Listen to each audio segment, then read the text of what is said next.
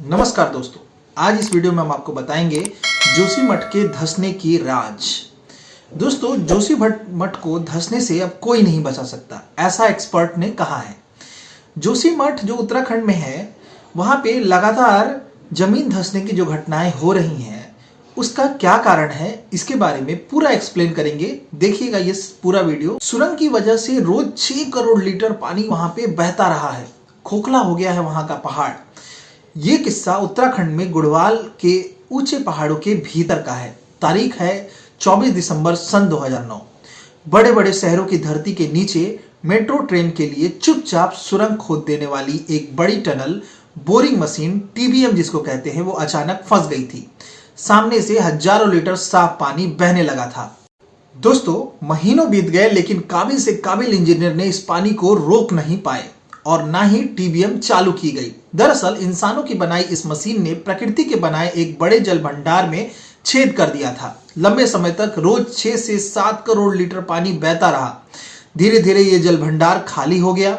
ये जल भंडार जोशीमठ के ऊपर पास ही बहने वाली अलकनंदा नदी के बाएं किनारे पर खड़े पहाड़ के 3 किलोमीटर अंदर था, जिसे मनुष्य के द्वारा बनाए गए एक बड़ी टनल बोरिंग मशीन ने छेद करके खाली कर दिया था।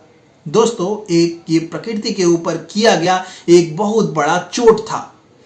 इस चोट ने ऐसा तबाही मचाया जिसे हम आज जोशीमठ में देख रहे हैं। हिंदुओं और सिखों के पवित्र तीर्थ बद्रीनाथ और हेमकुंड साहिब का गेटवे कहे जाने वाली ये वही जोशीमठ नगर है जिसके धंसने की खबरें इन दिनों सुर्खियों में है, जहां पे लोग त्राहिमाम कर रहे हैं। इस नगर के 603 मकानों में दरारें पड़ चुकी हैं। 70 परिवारों को दूसरी जगह पोर्ट कर दिया गया है। बाकी लोगों से सरकारी राहत शिविरों में जाने के लिए कहा गया है। दोस्तों, जोशीमठ वाले जल भंडार के खाली होने से इलाके के कई छोटे झरने और पानी के स्रोत सूख गए हैं। बिना पानी के जोशीमठ के नीचे की जमीन भी सूख गई है। इसी वजह से दरके हुए पहाड़ों के मलबे पर बसा जोशीमठ धंस रहा है। उनका दावा है कि अब इस नगर को तबाह होने से बचाना मुश्किल है। दोस्तों, टीबीएम मशीन में से ये सुरंग गढ़वाल के पास जोशीमठ में बन रहे विष्णुगढ़ हाइड्रो इलेक्ट्रिक प्रोजेक्ट के लिए खोदी जा रही थी। ये नेशनल थर्मल पावर कॉर्पोरेशन यानी एनटीपीसी का प्रोजेक्ट था। दोस्तों, तेज ढलान वाली सुरंगों से गुजरने वाली पानी की ताकत से ये बिजली बनाई जानी थी। इसकी लागत थी 2,978 करोड़ रुपए। इसकी फिजिबिलिटी स्टडी 2002 में की गई थी।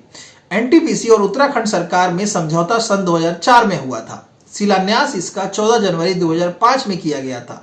तब के केंद्रीय ऊर्जा मंत्री पीएम सईद ने सीएम नारायण दत्त तिवारी के साथ इसका समझौता किया था।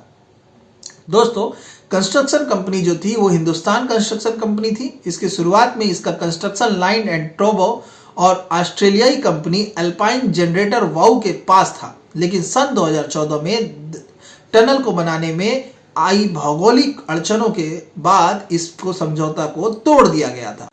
दोस्तों, बांध बनाकर नहीं, जबकि बैराज के जरिए तेज ढलान वाली सुरंगों से पानी को गुजारना था। यानी कि इसमें नदी के पानी को बांध बनाकर स्टोर नहीं किया जाएगा, बल्कि बैराज के जरिए तेज ढलान वाली सुरंगों से गुजरने वाली पानी की ताकतों से बिजली बनाई जानी थी। प्रोजेक्ट का बैराज 200 मीटर लंबा और 22 मीटर ऊंचा था। बैराज में पानी का बहाव कंट्रोल करने के लिए 12 मीटर ऊंचे और 14 मीटर चौड़ी 4 गेट रखी गई थी। विष्णुगढ़ हाइड्रो प्रोजेक्ट के लिए 4 सुरंगें खोदी जा रही हैं। अभी बहुत जल्द ऐसा भी हो सकता है कि एक साथ 50 से 100 घर गिर जाए और जमीन के अंदर समा जाए। इसलिए सबसे जरूरी काम यह है कि यहां से लोगों को सुरक्षित जगह पर शिफ्ट कर दिया जाए। ये एक कड़वा सच है कि जोशीमठ को धंसने से अब कोई नहीं बचा सकता। माना यह भी जा रहा है कि जोशीमठ शहर मोरेन पर बसा हुआ है, लेकिन ये सच नहीं है। जोशीमठ मोरेन पर नहीं, बल्कि एक लैंडस्लाइड मटेरियल पर बसा हुआ है। मोरेन सिर्फ ग्लेशियर से लाए मटेरियल को कहते हैं, जबकि ग्रेविटी के चलते पहाड़ों के टूटने से जमा मटेरियल को लैंडस्लाइड मटेरियल कहा जाता है। जोशीमठ शहर ऐसे ही लैंडस्लाइड मटेरियल पर बसा हुआ है। करीब 1000 साल पहले लैंडस्लाइड हुआ था। तब जोशीमठ कत्यूरी राजवंश की राजधानी थी। इतिहासकार जो है, उन्होंने अपनी किताब में उत्तराखंड का इतिहास बताया है कि लैंडस्लाइड के चलते जोशीमठ की पूरी आबादी को नई राजधानी कार्तिकेयपुर पे शिफ्ट कर दिया गया था। यानी जोशीमठ एक बार पहले भी शिफ्ट हो चुका है। दोस्तों साल सन 1939 में एक किताब छपी थी जिसका नाम था central Himalaya geological observation of the Swiss expedition. इस स्विस एक्सपर्ट और लेखक ने इस किताब में कहा था कि 84 साल पहले जोशीमठ लैंडस्लाइड के ढेर पर बसाया गया था। 1976 में भी जोशीमठ में लैंडस्लाइड की कई घटनाएं हुई थी। उस समय के गढ़वाल कमिश्नर महेंद्र चंद्र मिश्रा के नेतृत्व में सरकार ने एक कमेटी बनाई थी। उन्होंने रिपोर्ट में निर्माण कार्यों पर पूरी तरह से रोक लगाने की सिफारिश की थी। साथ ही ये भी कहा था कि बहुत जरूरत हो तो पूरी रिसर्च के बाद ही इस निर्माण कार्य को फिर से शुरू करना चाहिए। दोस्तों इरेटिक बोल्डर को डिस्टर्ब नहीं करना चाहिए या फिर उनको नहीं तोड़ना चाहिए। इरेटिक बोल्डर यानी कि मकान से भी बड़े पत्थर।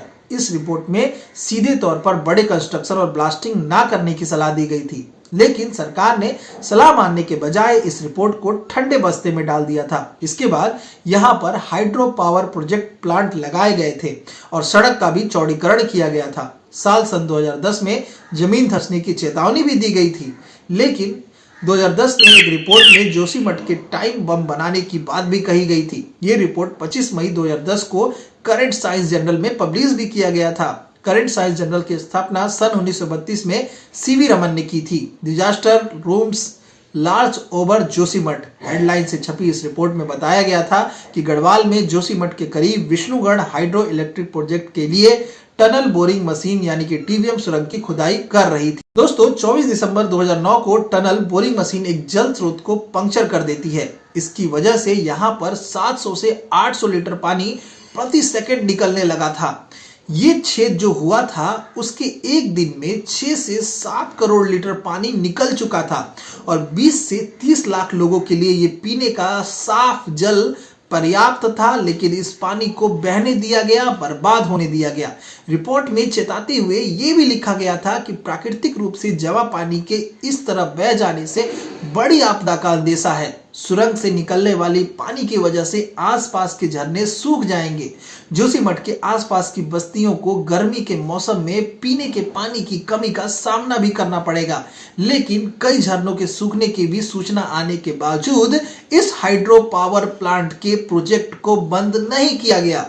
अचानक और बड़े पैमाने पर पानी बहने से क्षेत्र में जमीन तेजी से धंसना शुरू हो गई। इससे जोशीमठ का अस्तित्व खतरे में पड़ गया। दोस्तों जियोलॉजिस्ट और उत्तराखंड स्पेस एप्लीकेशन सेंटर के निदेशक प्रोफेसर MP.S. बिष्ट ने यह रिपोर्ट तैयार की कि इस रिपोर्ट का disaster mitigation and management centre Uttarakhand को भेजा गया। दोस्तों गढ़वाल का जो हिमालय क्षेत्र है वो सन 1890 में 1890 मीटर की ऊंचाई पर बसा हुआ ये जोशीमठ तीर्थ यात्रियों और ट्रैकिंग करने वालों के लिए एक जरूरी रास्ता था। ये शहर एक नाजुक पहाड़ी के ढलान पर बसा हुआ है और जोशीमठ चारों ओर से नदियों से घिरी पहाड़ियों के बीच में स्थित है। पूरब में डकनाला, पश्चिम में करमनासा, उत्तर में अलकनंदा और दक्षिण में धौली गंगा नदियां बहती हैं। साल सन 2011 की जनगणना के मुताबिक यहाँ पर 4000 से ज्यादा मकाने हैं और तकरीबन 20,000 से भी ज्यादा लोग यहाँ पे निवास करते हैं। यहाँ पे 100 से अधिक होटलें, रिजॉर्ट और होम स्टे भी बनाया जा चुका है। इसके अलावा समय के साथ साथ यहाँ की आबादी भी बढ़ती रही है, जिससे समय के साथ साथ जमीन पर दबाव भी बढ़ा है। इस इलाके में लंबे समय से निर्माण कार्य किया जा रहा है, जिससे शहर के आसपास के क्षेत्र में बड़े बोल्डर और अन्य चट्टानों से भूस्खलन और घरों की दीवारों में दरार जैसी स्थिति सामने आ गई। दोस्तों उत्तराखंड का जो राज्य आपदा प्रबंधन नियमन है उसने एक अध्ययन किया और यहाँ पे भूस्खलन के लिए पेरेनियल स्ट्रीम, बर्फबारी और नीच चट्टानों का टूटना जिम्मेदार बताया। और तीनों को बारी बारी से हम आपको समझाते हैं कि ये है क्या। सबसे पहले आपको बताते हैं पेरेनियल स्ट्रीम यानी कि 12 महीने पानी का बहाव। दोस्तों जोशीमठ के नदियों से घिरे होने के कारण यहाँ जमीन के नीचे और ऊपर पानी का बहाव झरने की तरह लगातार होता रहता है।